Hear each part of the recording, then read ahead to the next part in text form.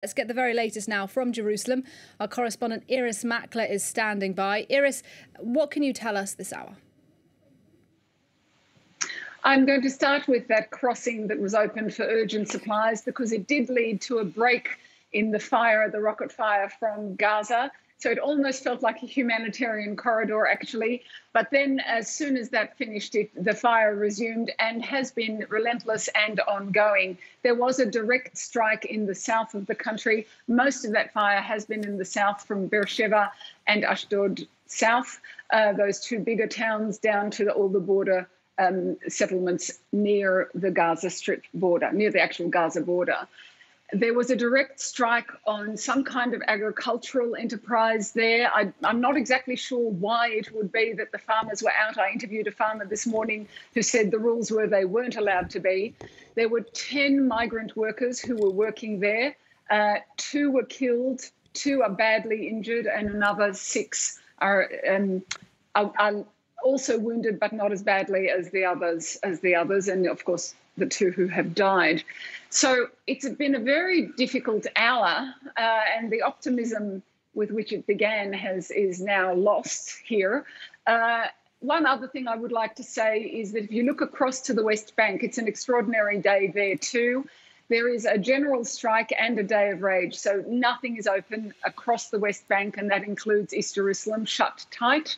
And the largest protests that we have yet seen, I would say, for many years in Ramallah in the West Bank. Irris, what of efforts to end the hostilities? The UN Security Council is set to meet today. We know yesterday President Biden spoke with Benjamin Netanyahu. Does momentum seem to be building towards a ceasefire? I would say it is building. It isn't if you look on the ground, and it isn't if you hear the leaders speak. But I think underneath that, there's another track operating, and there is progress on that. Benjamin Netanyahu is fielding calls from many world leaders, European leaders, in addition to US President Joe Biden last night, European leaders, the United Nations. There's a series of people. I would say he's on the phone a lot, including to Arab leaders from the Gulf. You know, the recent normalization deal, very important to him.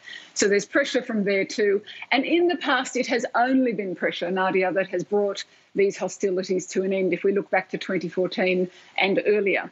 I will say one slight optimistic thing that I noticed. I heard Israel's military spokesman speaking this morning, and he said, these are our plans for 24 hours. And I thought, if you're speaking in 24-hour lots, no longer in week-long lots, no longer in longer than that, I would say that it's understood that a ceasefire will come. And like everyone, I hope it will be sooner rather than later. All right, Irris Makler in Jerusalem. Thank you for your reporting. Do stay safe, and we'll be checking in with Irris throughout the afternoon.